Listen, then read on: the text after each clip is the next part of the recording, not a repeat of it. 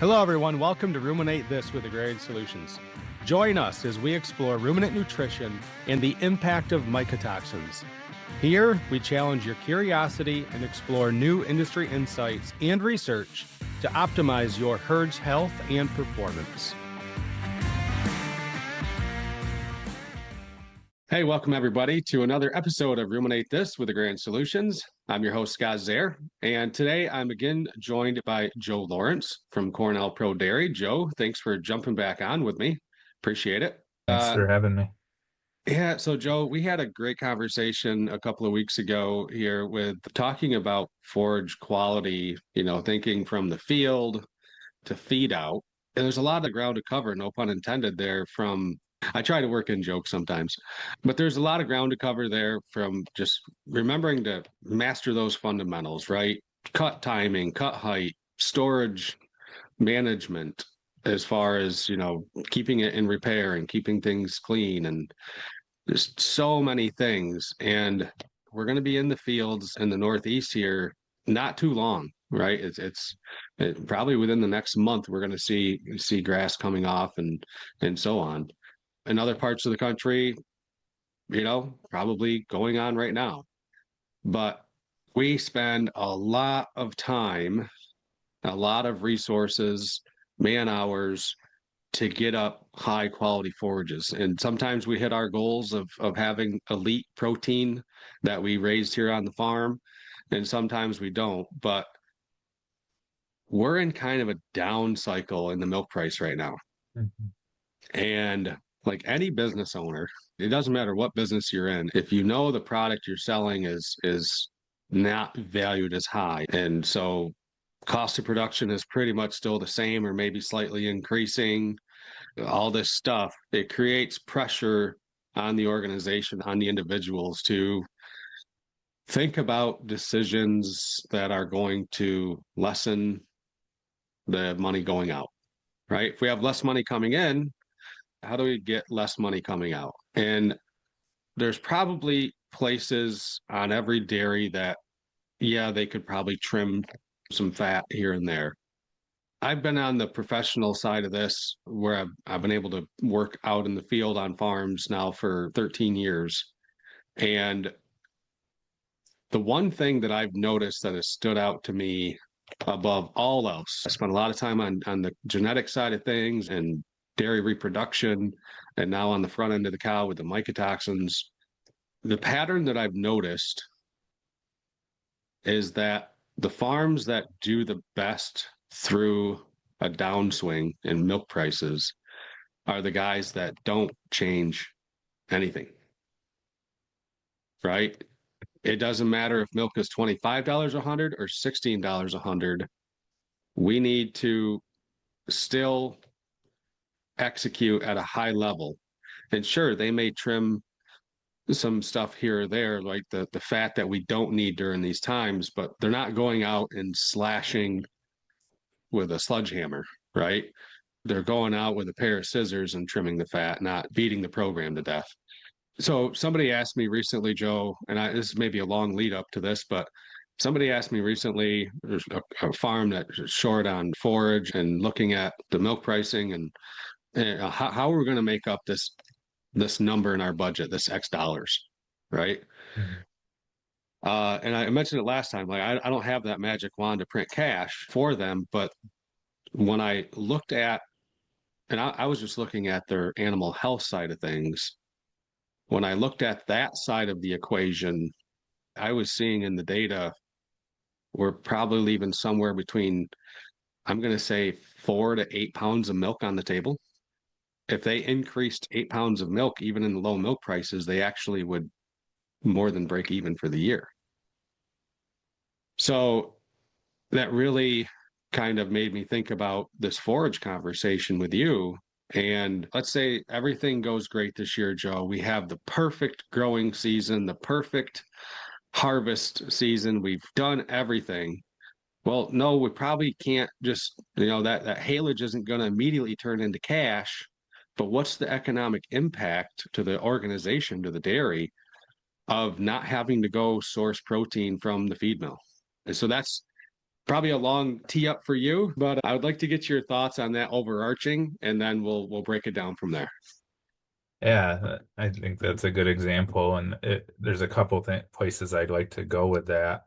I'll start with more like specifically to your question and then zoom back out a little bit. So, yeah, it can be challenging to put a lot of really capture a lot of good financials around forage quality because there's always kind of a what if component to it of, Yeah, we're not doing side by side trials with two different quality forages on the farm, right? yeah, But, we have the Dairy Farm Business Summary program through Cornell. It's an opportunity for farms to benchmark their financials every year against, everyone else that's in the program. And what we see consistently and some work that some of my colleagues at ProDairy have done in analyzing the data is that, if we see this trend where farms that are able to feed higher forage diets trend towards an improved income over feed cost. And so, there's a lot of other variables that go into that, right? But we have enough years of data and also from our Dairy Profit Monitor program, which is a monthly program where farms input their data. So we see that where we can't exactly nail down everything, but we know that there's a solid trend, at least here in the Northeast and in similar growing environments, that higher forage diets are correlated with that improved income over feed cost, right? And I always like to go back to a case study that Dr. Larry Chase at Cornell did several years ago. And this is just, again, one farm, kind of a yeah, little case study. We'll take it for what it is, but it is really fascinating to me because they track this farm. And when this was done, we weren't even necessarily talking about some of the fiber digestibility metrics, the UNDF 240, the NDFD 30 hour, as much as really just looking at forage NDF levels, right? yeah, And so Larry shares this data where this farm going into the fall was feeding out some haylage and pretty high NDF levels in that haylage. And they were hovering around 50% forage in their diet as the fall went on and they shifted into some different cuttings of haylage, that you saw that NDF level drop. And correspondingly, you saw percent forage in the diet increasing. And so from in the data, that's shared from October to January, percent forage in the diet went from 50% up to almost 65% forage in the diet. And through that same time period, income over feed cost went from when there was 50% diet forage in the diet, income over feed cost was $4.27. By the time we got up to about 65% forage in the diet, income over feed cost was $5.58. If you just put that on 100 cows just for easy math, it's about $130 per day per yeah, 100 cows, right? yeah. That you've increased income over feed cost with that increased forage in the diet. So when we can manage that, when back to our, previous discussion, when we can manage those things and put up that high quality feed, that's what's facilitating these higher forage diets, right? And through that, it's a real opportunity to change some of those, not completely eliminate our financial pressures, right? But change some of the dynamics there. How do we lessen the pressure? And that's I think that's the goal here, right? I don't think we're gonna, I don't want anybody to be thinking that I'm some crazy tinfoil hat guy, right? We're not gonna just magically become profitable overnight in these downturns, but financial. I'm gonna go a little off topic here. The financial pressure in dairy farming, it, crop farming, dairy farming, cattle, agriculture in general leads to a lot of decision struggle. And there's a reason that agriculture has one of the highest suicide rates in the country.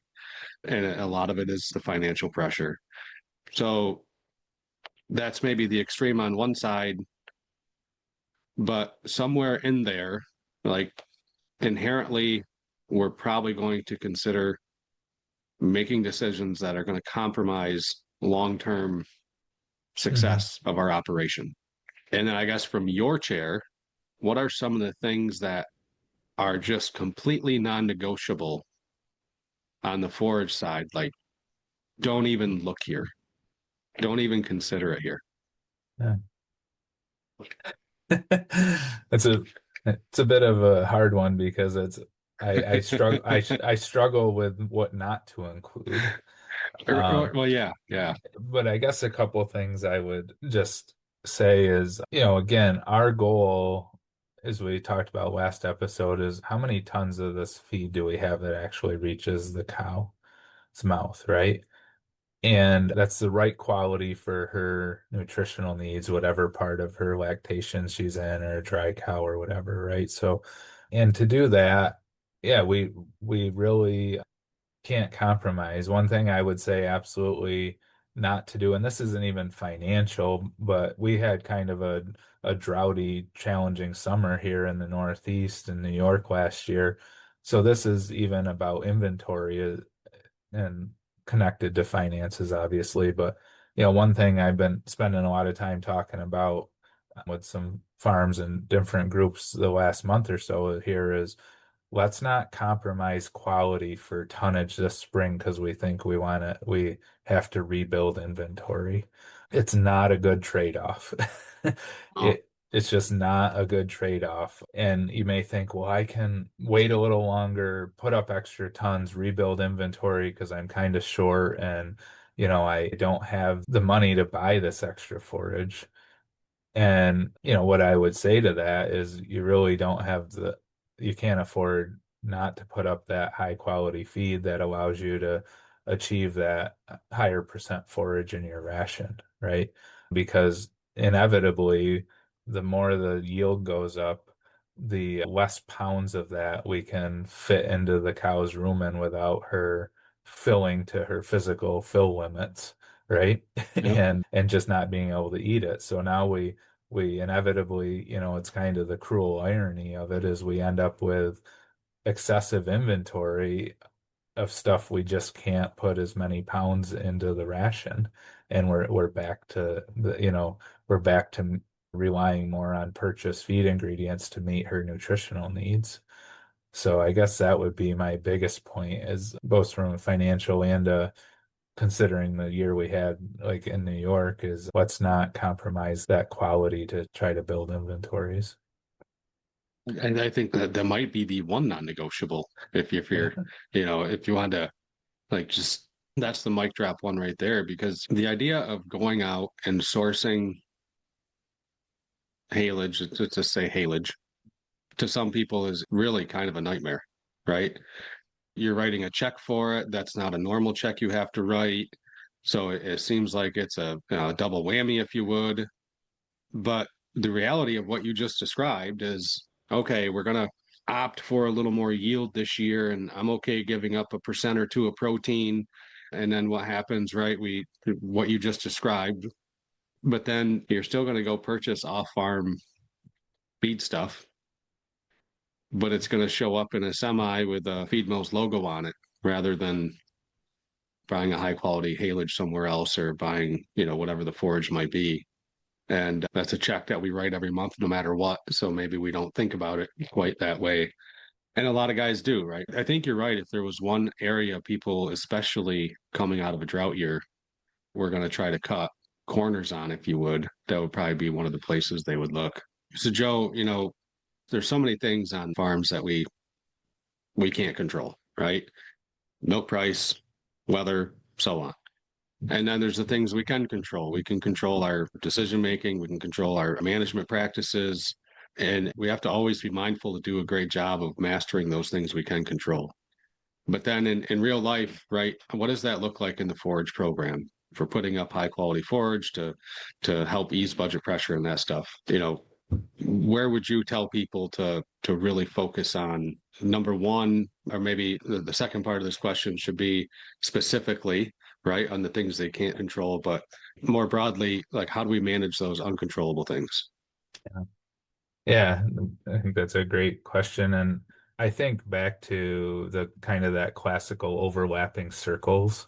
And I've actually, been in farm offices where we put this up on the whiteboard or something, and I'd encourage farms to do that with their own cropping crew and or management team, right? Like put those two overlapping circles up on the whiteboard, and one is things that are important to forage quality, and the other circle is things we can control, right? And so where those two overlap are where we should focus the most resources in on, right? And there's Yeah. stuff that's very important, but if we can't control it, and if we can reference back to our previous conversation in the last episode, thinking about the ranking order that I referenced from Dr. Marvin Hall at Penn State of what has the biggest impact on forage quality in the field, and starting with maturity, right? So having that little kind of planning session with those two overlapping circles, I think is helpful.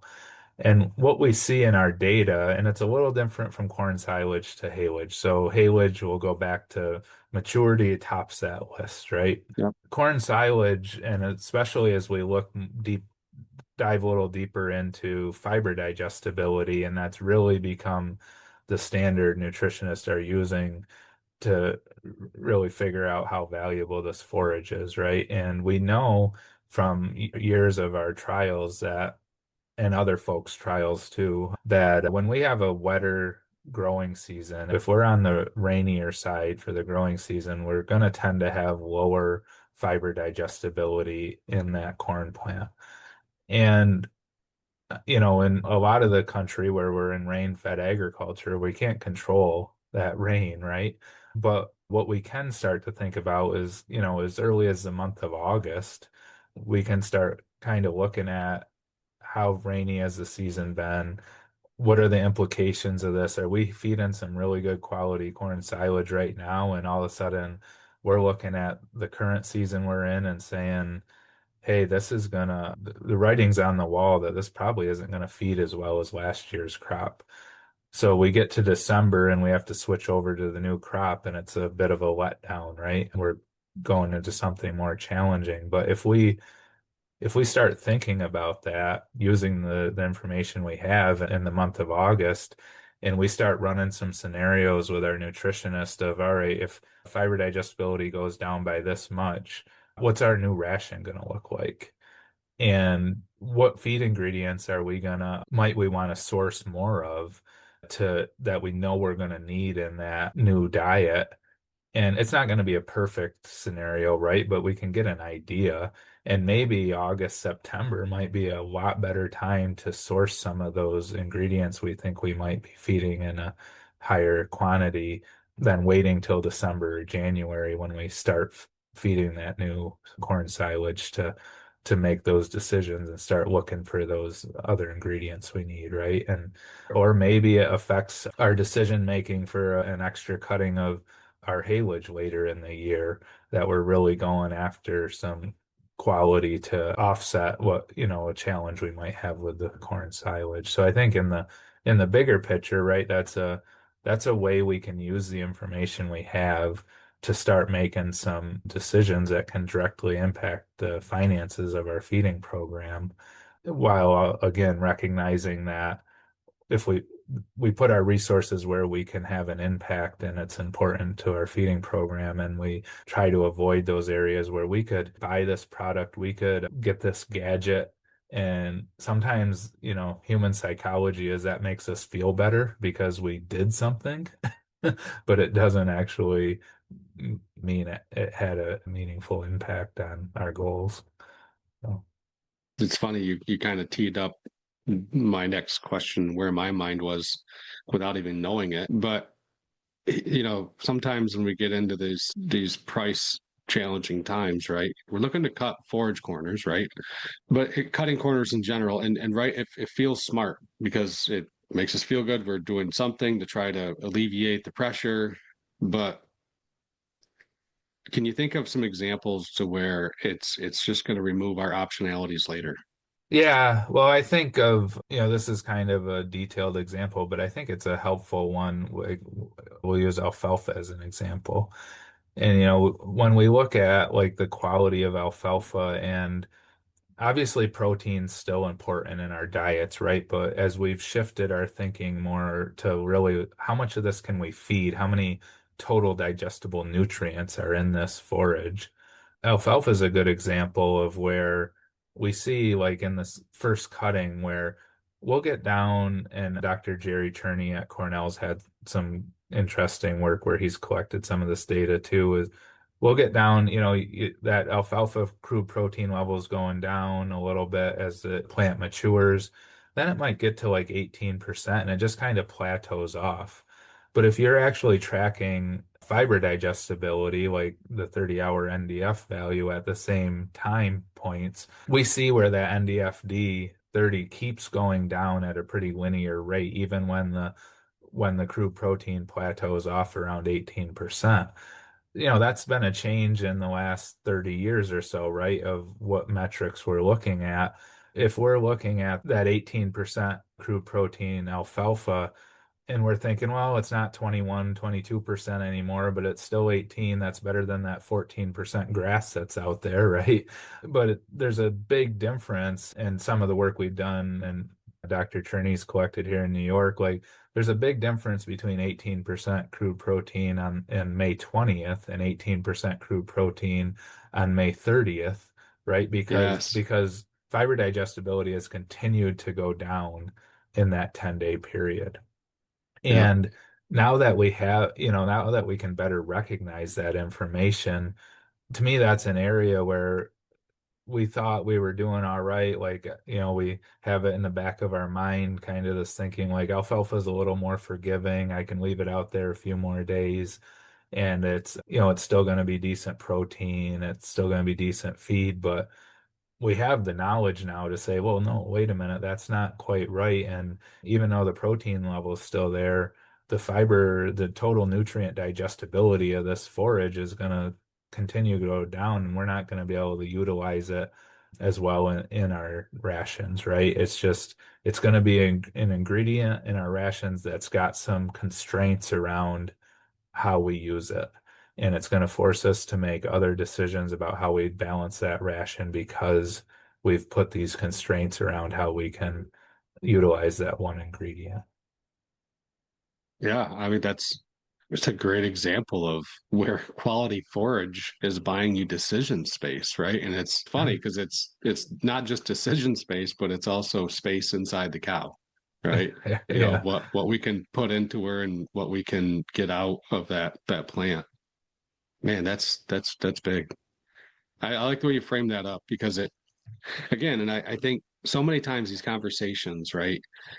We know this. Like we know that 18% crude protein alfalfa on May 20 is not the same as 18% on May 30. But yeah, I'm going to come back to it. So often when we as humans start to feel pressure, sometimes those are the little things that we put on the back burner and say, okay, yeah, but we're under the gun here and we need to do something else, do it a different way. But I'm going to come back to Joe, the comment I made at the beginning of the episode, which is the farms that I've seen in the last 13 years that survive these milk price swings the best. They don't make those decisions. They stick to what they know has worked, even in during the high swings.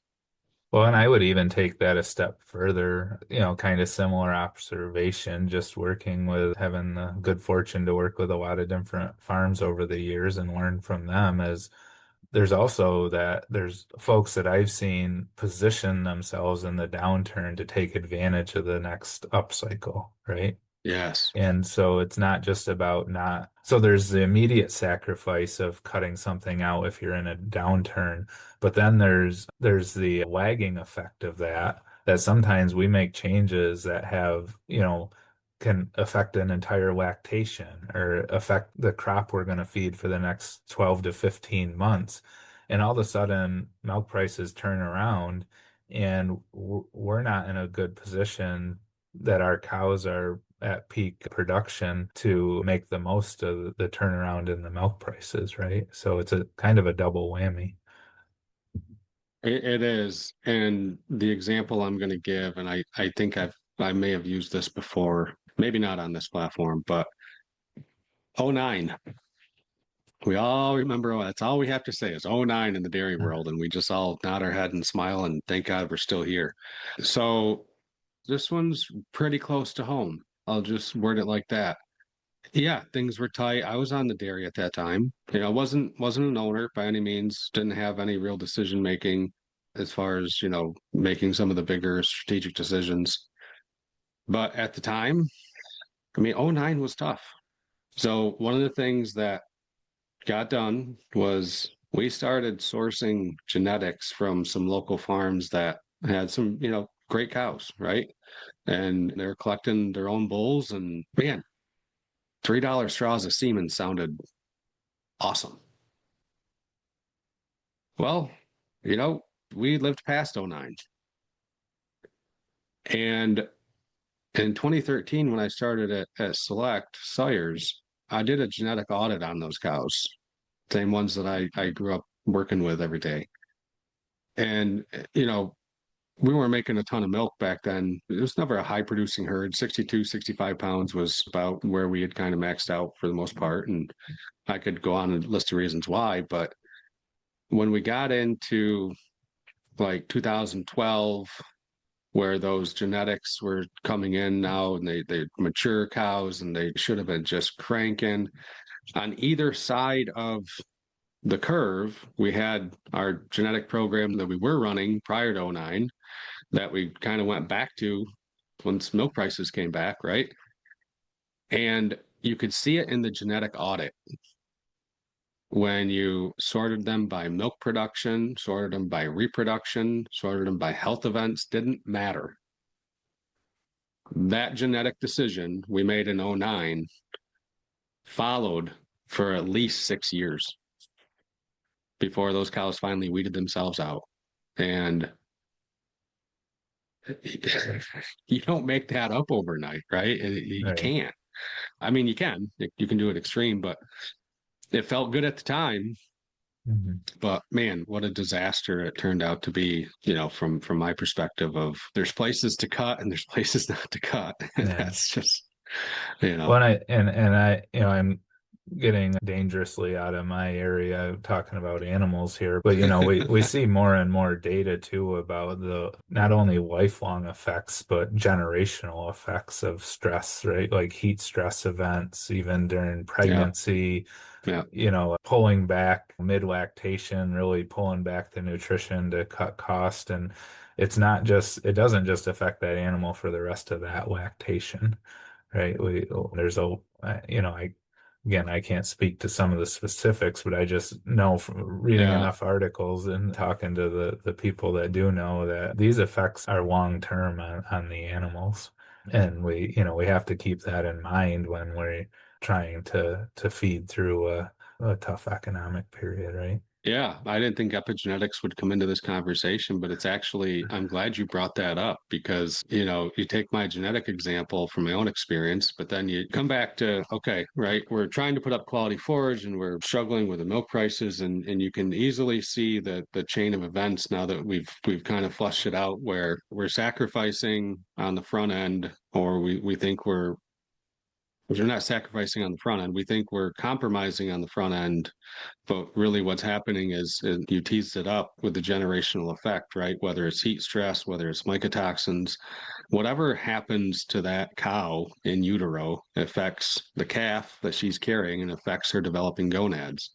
And if you guys want a reference point, if you're a listener on here, I'll reference people back for you listeners, episodes 10, which is genetics and nutrition, the keys to healthier, long living cows. That was with Dr. Kevin Zemba. And then, even more specifically, into the epigenetic realm, as we just talked about, episode 11 with the man, the myth, the legend himself, Dr. Jack Britt, talking the dairy cow fertility and the significant role of epigenetics.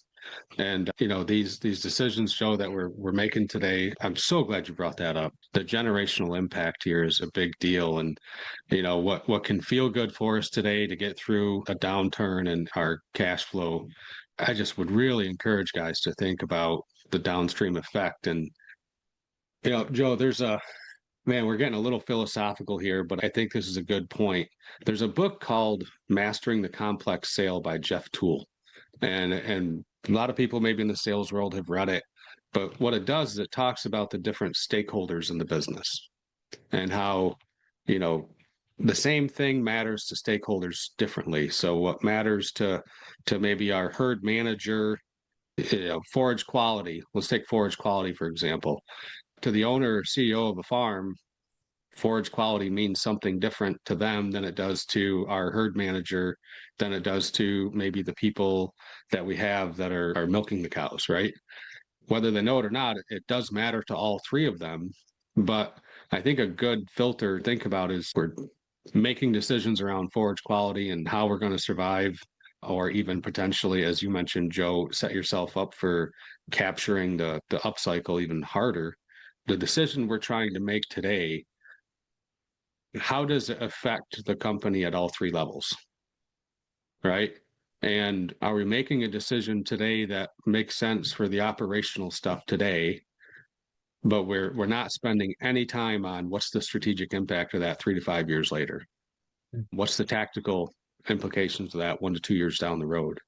And so many times when there's a fire, right, to the fires today, we always focus on where the fire is instead of just take that extra bit of time to flush that out and think about the tactical and the strategic. Yeah, I'm glad you brought that up. So I guess to kind of get back on track here, Joe, just kind of bringing this conversation up, I'm going to throw a list of a few questions at you. What's the most expensive, cheap decision, if you would, that you've seen on farms? The most expensive, cheap decision that you've seen? It challenged me to come up with another answer because my go-to would be the harvest timing part of it, which I've already Yeah, elaborated on. yeah, we've already Um, used that one. yeah, we've already used that one. So I don't know if this is that has the biggest impact in terms of money saved, but I think, given the prevalence of drive over piles, bunk silo, our horizontal silos on farms is just cutting corners on the storage side. And that, that does come back to, do we have the enough drivers for the pack tractors that day? Do we rent an additional pack tractor and find a driver for it? Those are in the heat of harvest and when finances are tight, those are those extra checks that have to be written, right? But just not cutting corners there. Because again, going back to the theme of, both of our visits here is it doesn't matter how good a job you did growing that crop or what the forage sample results say coming out of the field, if we don't preserve that. And shrink losses are just such a massive expense on farms, right? Done some simple Yeah, we've done some simple math, I yeah, mean, if we call around 10% shrink a pretty good management because we have some biological losses with fermentation and stuff, right? But yeah, we've done some math on 100 cows, just you can extrapolate that number from 100 cows, but going from 10% shrink up to 20-25% shrink, which unfortunately we still do see on farms. That's essentially, in our little example, 10 to 12 extra acres of corn that you have to grow for every 100 cows that you're trying to feed. And that's 10 to 12 acres that you have to own or rent the land, prepare the land, fertilize the land, purchase the seed for, plant, control the pest, run the chopper over, haul all those loads of feed back to the bunk, and they never reach the cow, right? yeah. And Um, it's 10 to 12 more acres of on the backside of pitching, shoveling, yeah, loading, yeah, composting. yeah. So that's to me, it's I guess 10 to 12 acres, depending, on your perspective, may seem like kind of the flex you have in your acreage anyways, but there's just such a cost there. That could be crop that's building your inventory, or even in a good year, could be saleable crop, right? And, I just saw recently like some estimates on the cost of growing a corn crop this year, putting it at close to $1,000 or even a little over $1,000 an acre to grow a crop of corn. And that's before you even harvest it, Right. Yeah. So yeah, there's real money there and real implications to how many acres you have to run over. And so I guess that's a long-winded answer to your question is if we're compromising on packing on, I like to say like when I was first out of school, there was still a lot of discussion around like inoculants and like oxygen barrier plastics. And to me today, those aren't discussion points or extras anymore. They should just be part of your best management practices. They're not going to fix other problems, but to me, in today's world, there's enough data behind them, there's enough information there. They should just be part of your best management practices. And so, yeah, making sure you got enough pack tractors and starting right from the get-go with doing a good job with storing that feed and not being tempted to save a few bucks on one less pack tractor or not getting the oxygen barrier plastic this year or something would be where I would go with that. I think those are excellent examples. And the shrink number, people, we don't necessarily see it, right? We do, but we shout at you, right? Hmm. But let's just say we're a farm that's running that 15% shrink.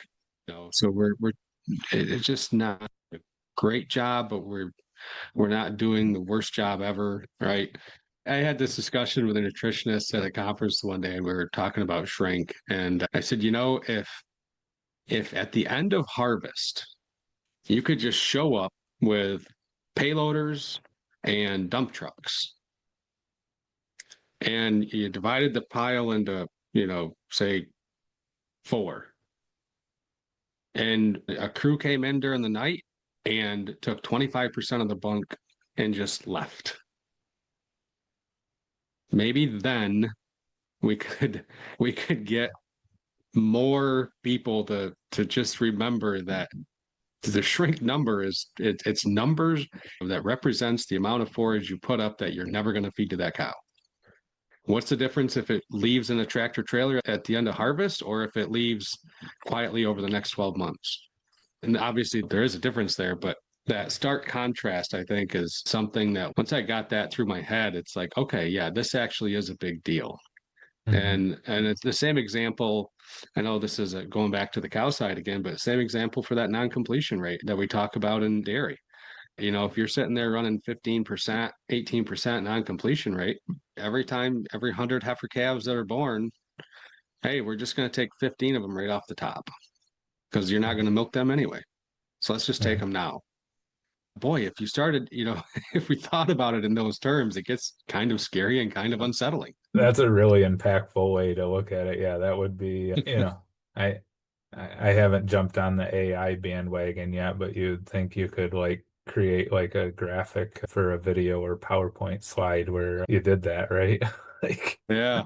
Yeah. and yeah, it's a big number. I had a farm I was working with once, and they had some pretty challenging practices with their bunk. Will be nice and say it like that, but so after at the end of harvest, I unfortunately my camera skills weren't the greatest, but at the end of harvest, I tried to find a reference angle with some stuff in the background, and I took a picture, and then I came back 4 or 5 months later and stood in the same spot, tried to get the same angle, and took another picture, and it wasn't perfect. I didn't have not my camera skills aren't good enough, but you could clearly see, the stuff in the background. You could get a bit of an elevation and just how much that pile had settled. And it wasn't a super tall pile, so it wasn't just gravity like pushing that Right. feed down, right? It was nutrients leaving and just burning off into the air. And I wish I could get a better reference of that sort of thing because it really is impactful. And another part of that comes up is, and someone I respect quite a bit in the industry brings this up, and I won't take credit for it, but they talk about like when you have leachate from your bunk, you're not losing, that's not pounds of just corn silage you're losing. That's more like pounds of corn meal you're losing, right? Because what's in that leachate? It's stuff that's soluble in water. It's it's some of that starch. It's that sort of stuff. So that cloudy leachate that's leaving your bunk isn't, you can't say that's like X number of pounds of corn silage. You can say that's X number of pounds of these nutrients that are actually valued at a lot higher value per ton than a ton of corn Wow. silage is valued at, right? Yeah. So, Yeah. And, I was thinking about that. Dr. Roth here at Agrarian Solutions, he likes to remind people that, the forage pile you put up, that is a stack of $100 bills, right? There's an old saying that money's no good, or money's like a manure pile. It's no good unless you spread it. Well, in terms of forage quality, it's no good unless you keep it tight and keep it under control. And actually going back to that example that I gave of the trucks coming during the middle of the night, taking 25% of your bunk because of shrink. Well, if it's a money pile, Joe, how often would you like somebody to maybe come in once a year and take 25% of your bank account? It's just yeah. so, last question I have for you is what do resilient operations tend to protect first? In the forage quality realm or Mhm. so on. I'm going to stick on the storage side of this and really focused effort to protect what we've harvested out of the field. There's actually, we can put some economics to this, and I don't have the data right in front of me, but the farm business management and dairy management folks at Penn State a few years ago did a large statewide survey of a lot of farms that voluntarily worked with them to track all of their data. And, think of all the things on the dairy farm that can happen. And their summary report of that project, that the leading thing that they found separating the higher profit farms from the lower profit farms was their wording of it was something like ability to put up high quality feeds regardless of weather, regardless of anything else going on around them, right? And that group was actually, they were able to separate financial performance by some of the metrics they collected around the forage program. So as a forage guy, I thought that was pretty cool, right? That lends some credibility or some emphasis to why that's so important. But yeah, we just, again, regardless of what the weather delivers to us for a crop, what happens in the field, I think resiliency comes from doing the best job we can and not compromising on storing that feed. So, Well, coming from the forage guy through that lens, I would agree on the cow side from what I see is we don't change the genetic program or we don't change the cow care, the cow comfort side of things. We still go about it the right way every day, if you would. And I know it's easy for guys like you and I to sit here and say these things and encourage guys to not succumb to the pressure and try to avoid the bad decision making traps. But the one thing that I would say is from the one advantage that guys like you and I do have is, for the last number of years, we've been able to travel the countryside and see every different size operation, every different management style. And it's the pattern recognition, right? mm, This is whether you're a producer in Florida, California, the Midwest, New York, Maine, there's certain truths that are consistent across all sizes, shapes, and management practices of dairy. And I think the one you just mentioned is one of them. And then the cow side, right? Those are the things that we really got to remember not to end up compromising when we're faced with decision pressure. So yeah, I thought that was great insight from you, Joe. Well, with that, Joe, I'll ask you if you have any final parting words for our audience before we call it a day. I think I might go back to something we started last episode on is just we're coming into a busy part of the year and at the end of the day we want to do all this stuff right and that creates a lot of strain, but if let's take the steps to do it safely and take care of ourselves first, right? Like I think it's becoming more acceptable to acknowledge the fact that if we don't take care of ourselves, then we're not going to be able to do a good job at these other goals we have. So I've been preaching that to myself and to anybody that'll listen for the last number of years. Because yeah, if you don't take care of yourself, how are you going to take care of others? And mm, I used to think that was selfish, but I actually think that's extremely selfless. Mhm. Once you understand it. So, I would agree. Yeah. yeah, well, great talking to you, Joe, from all the way on the other side of the county line. And hopefully we have another visit soon. And with that, folks, appreciate you taking time, and make sure if you found value in today's podcast, you hit that share button and send it to somebody that could use the conversation. With that, we'll be talking to everybody again in a couple of weeks. Thank you. Thank you for listening to Ruminate This with Agrarian Solutions. Look for our next episode in 2 weeks.